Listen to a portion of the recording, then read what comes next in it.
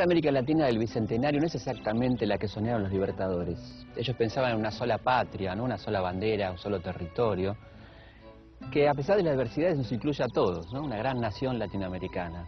Pero creo que en los últimos años nos fuimos acercando a esa idea de unidad con la firma de acuerdos regionales, acuerdos culturales. Me parece que nos vamos acercando a esa idea de unidad y hoy la mayoría de los latinoamericanos pensamos al Bicentenario como una gran oportunidad para unirnos, ¿no? Pero eso, Felipe, no ocurrió en 1910, en las fiestas del Centenario, en donde con cierto egoísmo todos los países festejaron solitos, convencido con cierto egoísmo que el progreso perpetuo lo iba a llevar a la civilización, a convertirlo en una potencia autónoma, y perdimos la carta más importante de los latinoamericanos, que es la Carta de la Hermandad.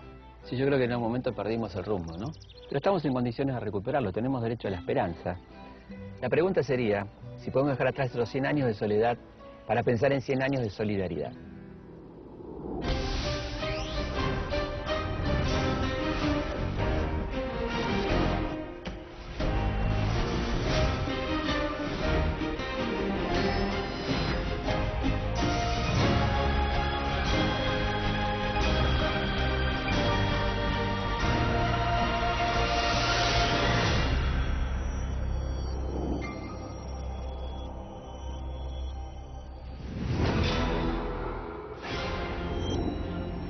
Aquí, en esta región, nacieron las revoluciones por la independencia latinoamericana. Una lucha que comenzó hace solo 200 años.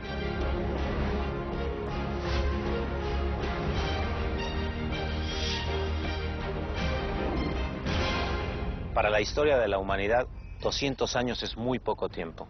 Sin embargo, para América Latina fue suficiente tiempo para que cambiaran los paradigmas sociales, políticos y culturales.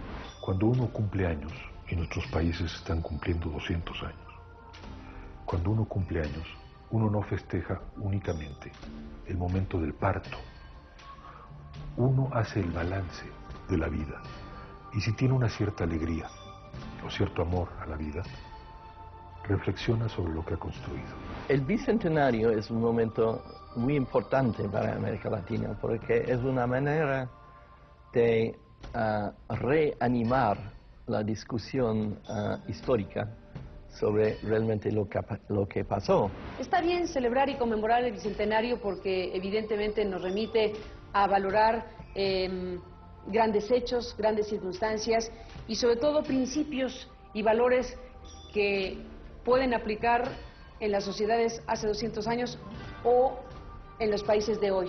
La libertad, la independencia, la autonomía, los derechos, mejores condiciones para las personas, eso está ahí como las grandes reivindicaciones, las eternas grandes reivindicaciones de los hombres, las mujeres y los países del mundo.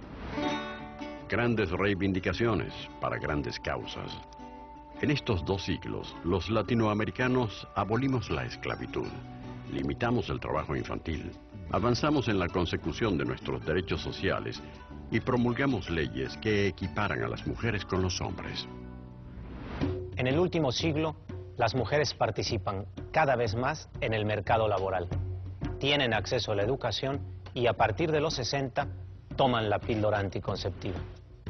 La mujer latina, que tenía a mediados de los 50 un promedio de más de 5 hijos, ha disminuido en 2005 ese promedio en menos de 3. Las familias latinoamericanas hoy son mucho más chicas y los roles han cambiado drásticamente.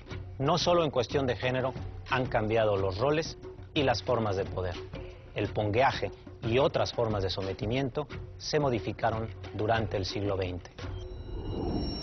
A pesar de las reivindicaciones logradas, a pesar de los cambios sociales conseguidos, a pesar de los cambios en las relaciones de poder, el pongueaje, una de las formas de sometimiento más humillantes, persistió en Bolivia hasta mediados del siglo XX.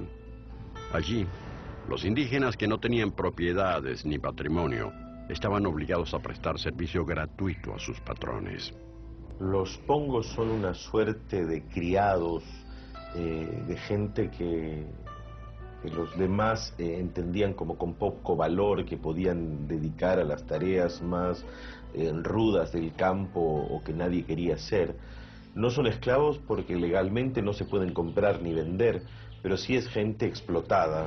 El pongueaje recién fue abolido en 1952. Medio siglo después, Evo Morales Ayma se convertía en el primer presidente indígena de la historia de Bolivia y en el tercero de la historia latinoamericana, después de Alejandro Toledo y Benito Juárez.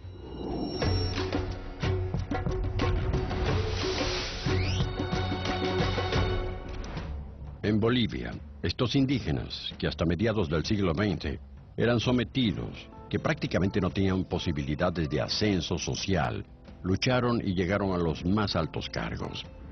El hecho de que un indígena acceda al poder máximo de un país cuya población es mayoritariamente indígena, eso no puede ser otra cosa más que un hecho histórico, sobre todo cuando sabemos de la historia de Bolivia, que históricamente ha estado gobernado por gente que no es indígena, y esta connotación étnica a la hora de acceder al poder, pues es relevantísima.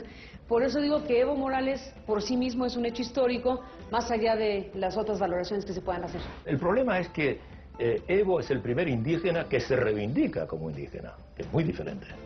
Es decir, es el primer indígena que milita como indígena, digamos, ¿eh? Que se refiere a su cultura ancestral, que se refiere a los principios comunitarios, etcétera, de los pueblos originarios de América, y que en tanto que indígena, digamos, o representante de pueblos originarios, va a ser elegido con un programa de reivindicación de esa cultura y con un programa que trata, sin ser revanchista, pero que trata de aportar por primera vez en 500 años una justicia a esa comunidad. El hecho de que en Bolivia haya un presidente indígena, yo creo que tiene un poquito que ver con las presidentas mujeres también, ¿no? El hecho que haya una presidenta mujer me parece súper bonito. El hecho que haya un presidente indígena me parece súper bonito. Nos falta mucho camino por ese lado, pero yo creo que lo indígena va a ir ganando espacios, importancia, a todo nivel, y eso me parece clave.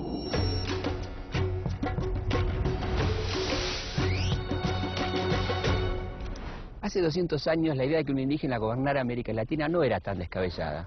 De hecho, cuando lo que era el Virreinato del Río de la Plata buscaba una forma de gobierno, una de las propuestas fue una monarquía constitucional con un rey inca a la cabeza. El 9 de julio de 1816, el Congreso de Tucumán declaró la independencia de las Provincias Unidas del Río de la Plata. Durante las sesiones se debatió la forma de gobierno que adoptarían las Provincias Unidas. En la asamblea, el grupo que representaba los intereses de San Martín y O'Higgins propuso restituir el gobierno a los aborígenes. El candidato era Juan Bautista Tupac Amaru, el último sobreviviente de la dinastía Tupamara.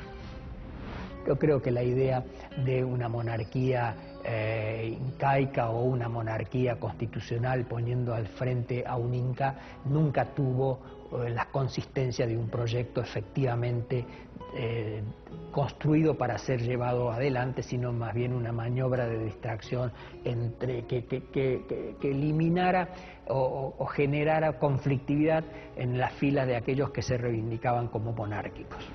La propuesta de los libertadores, que se oponía a los intereses de Buenos Aires, era el de conformar una patria grande, una gran nación continental gobernada por el Inca, que incluía las actuales Ecuador, Perú, Bolivia, Argentina, Chile, Paraguay y Uruguay. Podían adherir también Venezuela y Colombia, y que tendría por capital a la ciudad sagrada de los incas, el Cusco. El intento de los libertadores de restituir el gobierno a los aborígenes había fracasado.